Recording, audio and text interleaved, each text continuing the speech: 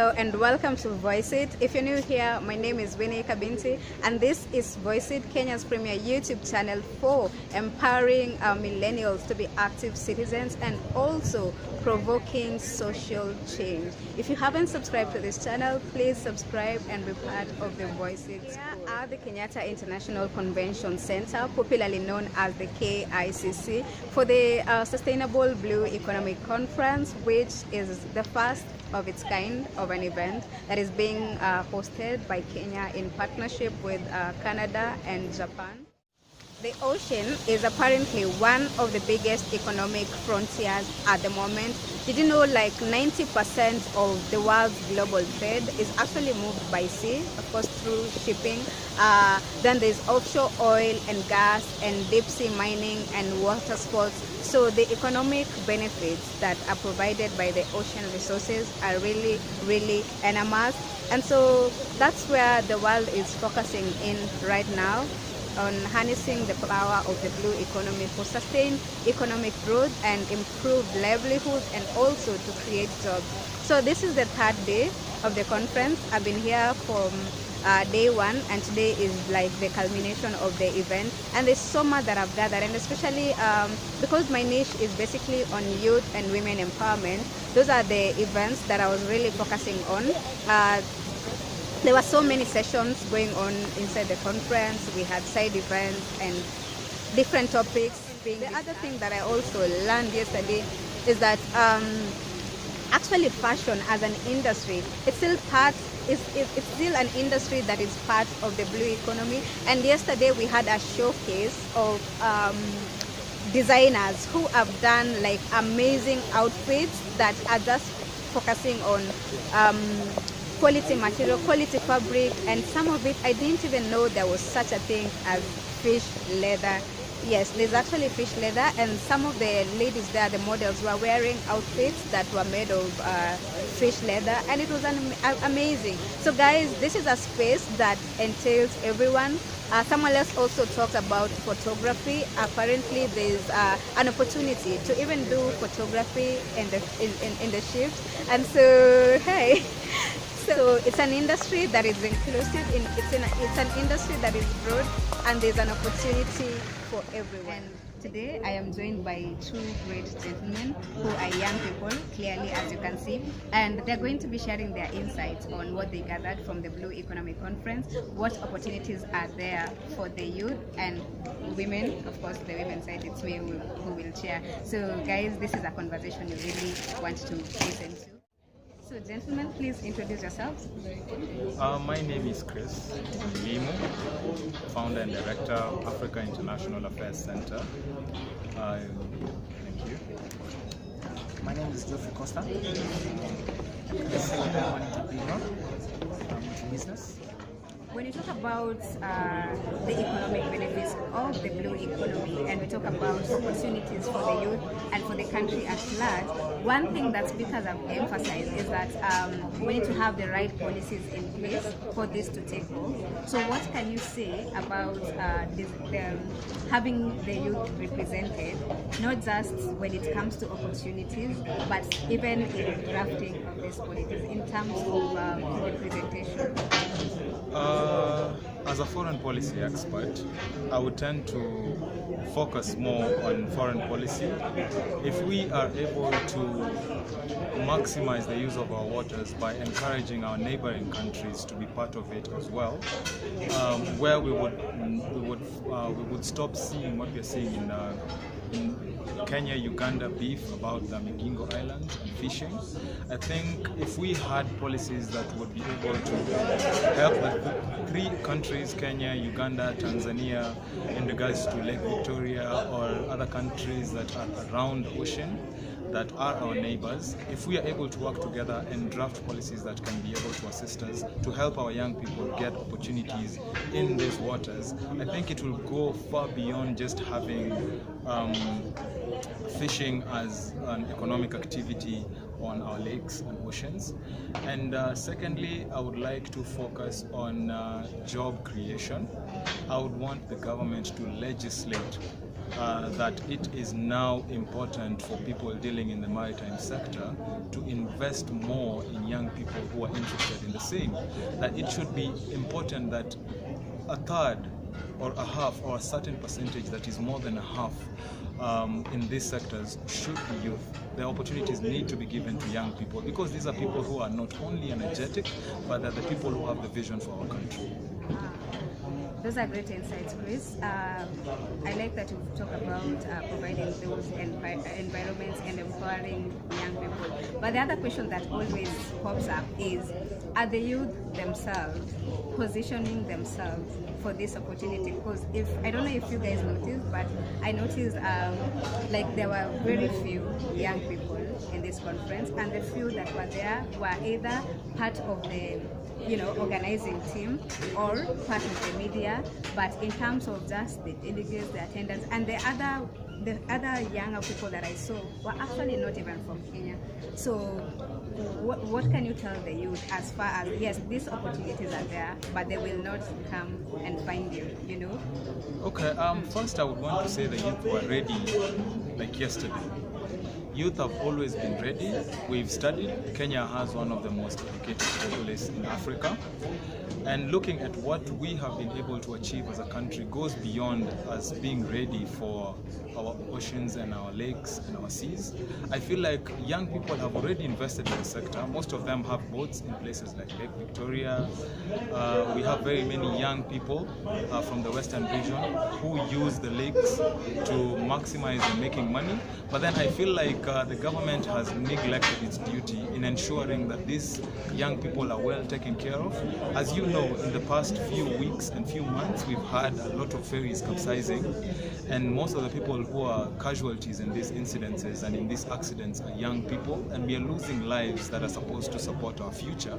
I feel like the government needs to establish more investment in these young people who do fishing, who do economic activities around water bodies, to give them maximum support, give them lifesavers, give them communication equipment, and make sure, give them civic education that will help them understand how to better their fishing methods, how to better their economic activities around the oceans and lakes. And I feel like there's still a lot we need to do as a continent, not just as Kenya as a country, but Africa as a continent. We still do things traditionally, and I feel like the modern age is catching up quite fast, and the faster we embrace this, the better. Thank you so much, Chris. Do you have anything to add with regards to that? As mentioned about the youth who do fishing in Lake Victoria. Yeah. If you look at them, they use the traditional boats. And then I know there are foreign companies who do the fishing in Victoria. And how they do it is they have better boats, they have motorized boats. Therefore, they are able to go into big oceans and they get better fish. So, of course, at the end of the day, our youth, our people who are doing the business, they don't get the value that they deserve. Now, the other thing I notice is that once they do get the fish, they have no storage. They have poor storage. So a lot goes to waste. And if you look at the gaps that are there, I see opportunities that our youth can invest in. If, for example, if the fish that has been used, they can do value addition. They can can the fish. For example, a country like Seychelles, it's a very small country with very small population, but their GDP is way bad, way above ours. For example, if the fish they get, we put them in cans. But if you look at us, what we do, the fish we get, put them in bottles. Who would want to buy that? So we must look into ways of improving our way of doing business so that we can be able to compete with the other countries. And I like the points you raised because I remember one of the speakers noted this, that in some communities across the globe, the communities that are around the coastal line are some of the richest. But in Kenya, and I think in East Africa we can't see the same. These communities that are in the coastal areas, on the lakeside, like are among the poorest, and so I think it makes sense empowering the local people, even with the little that they have, first financing the current innovations that they have, and those are some of the things the government has actually pleased to do. And the other thing that also maybe stood out for me as far as that one is concerned, I think it's an issue of maybe socialization, ensuring that right now we have maybe sensitization campaigns, even in school, where young people are being told there's a frontier that is coming up from this end. Like you can do like seafaring, you can study the maritime, and someone was even encouraging that schools can actually set up clubs. Like you see there, you have debate clubs in school, so you can have like seafaring clubs, so that when young people are coming up, there's that socialization. You know, there's a field that exists. Because right now, I think if you ask, if you go back to school, like in our times, what do you want to be when you grow up? Journalist, lawyer, doctor, and you know, just mainstream. Anything to do with ocean. From this blue economy aspect, I like to see our county governments, our government investing in capacity building, teaching on the youth, the women, the people near the inland, the ocean, how to benefit, how to use the water. Because I think what we lack is we lack knowledge. We lack knowledge, and I think the government has the capacity to input that knowledge on how to use it. It may not be able to do each and everything. What it needs to do is to give out the knowledge and make better laws, better policies, and probably also the financial sector. I think it's time they start looking for ways to invest in the youth that are interested in the bank. For example, you know that in Kenya we don't have our own ships. We don't have our own ships. A country, we don't have our own ships. Ethiopia is landlocked. The ones we see, where are they from? We get them from other countries. Ethiopia is landlocked and it has around 5 ships. That's sad, eh? Yes, it's So very. we need to open our eyes. Opportunities are there. It's time we stop crying. Other countries are doing much better than us. Start to look at what are the resources, because the only thing that the other countries are better than us is management. We need to learn how to manage our resources and utilize and maximize every use, anything we can get from any resources that you have. It's time to ask yourself, like, what do I have? What can I do with this? For the good of the country. For the good of the country. It's not about me. And also yourself. Yeah. Because if you help others, you also help yourself. True.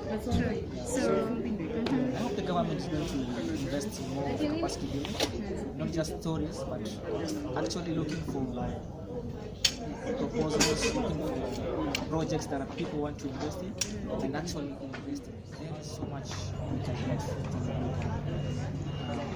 And what we need to do is to, first of all, know that we are all in the blue economy. Whether you're inland or you're near the ocean, we are in the blue economy. Yeah? If you live near a lake, live near a river, you are in the blue economy. Yeah. What you need to do is get to ask yourself, what can I do? This is water here. What can I do? You can participate in conservation, because at the end of it, that river, whatever you do in the farm, whether it's fertilizers that you're going to use, if you use the wrong time, it will contaminate the rivers and it will trickle down to the quality of fish that we get. So we need to open our eyes and look into ways that we can benefit from it. Yeah. I like the part that you brought about that we almost forgot, sustainability. Yes. That's why the conference was called the Sustainable Blue Economy. So we can't reap the benefits if we do not work on the sustainability of the water bodies. And plastic pollution is one of the biggest pollution in the seas. And so here in Kenya, you know how we do things. Like you're in a car, in a matatu, and you throw things right out of the window. Yeah, we need to stop. So yeah, guys, we can't reap the economic benefits of the blue economy if we do not work. A side event titled Building the Global Momentum on Marine Aquatic Plastics. Later, Merjin Tinka from the Netherlands, who is popularly referred to as the plastic surfer, encouraged Kenyans to control the plastic bottles menace by adopting a deposit program. Tinka also lauded the country for its plastic bags ban, which he says he often uses as an example while giving talks about oceans pollution in different parts of the continent. Plastic pollution is currently the biggest threat to the marine aquatic ecosystems, with current estimates showing about 8 million metric tons of plastics are thrown into the ocean each year, with some studies also indicating that plastic weights dumped into the ocean could increase tenfold by 2020, outnumbering the number of fish in the ocean by 2050. I managed to grab an interview with the plastic soup surfer, and this is what he had to say. My name is Merjin Tinka. I'm the plastic soup surfer. I'm a biologist and I build boards from plastic waste, and I use those for expeditions and record attempts. And I do that to raise awareness on plastic pollution, because as you all know, plastic is an enormous danger to our environment. Plastic is new to our ecology, and microorganisms do not know how to biodegrade those, so it infiltrates the whole food chain. So we need to be really careful. We need to handle plastics as responsible as possible. During the session, you talked about deposits, something that you're doing in the Netherlands. Could you just paint a picture for us? How does it look like? Do you have outlets in maybe malls where people can just deposit plastic bottles? Let me get that bottle there. Anya, can I have that bottle as an example? Yeah, so in the Netherlands, there's 40 countries and states all around the world that have deposits of plastic bottles. And what happens is you buy a bottle, but you pay an extra, say, 10 cents. Yeah. And when you bring the bottle back to a collection point or to the store, you get those 10 cents paid back in full. So you get your 10 cents back. But it is the incentive for people not to litter those bottles. So the bottles get collected and we get a high collection rate. And especially when we're talking about this type of plastic, which is PET, it can be recycled very well. And we can use it to make new plastic bottles. Yeah. So we have two things. It's not being littered anymore, which is very important for our environment, of course, but also we can use it in a circular economy way. Great. Thank you so much. Thank you for your time. Hi, Kenya. My name is Monica Rodriguez. I'm from Capeverde Islands, and I live in Madagascar, the fourth biggest island in the world. I'm an ecofeminist, and I believe strongly in the power of youth and the women in the front line to work for the development of their country. And I believe that we together as African, we can work for our own development. I got so many experience from many sharing, and especially the contact network we made here was especially amazing. Only amazing people here. Is it your first time in Kenya? First time in Kenya, but I'm in love with it. Karibu sana. We call it the magical Kenya. Yeah, I have it. I can put it. Yeah, please do. I'm in love with Kenya. I feel at my home. Karibu. I can see you had a feel of the Kenyan culture. Yeah. You have that's a Maasai tiara. Yeah. And I see you have a neck piece too. Let me see. Yes, I bought it in the local handcraft women. Empowering women. Empowering women everywhere. Wow. Especially in Africa. So are you planning to come back to Kenya now for a vacation or for a conference? Of course, maybe to live here. Karibu sana.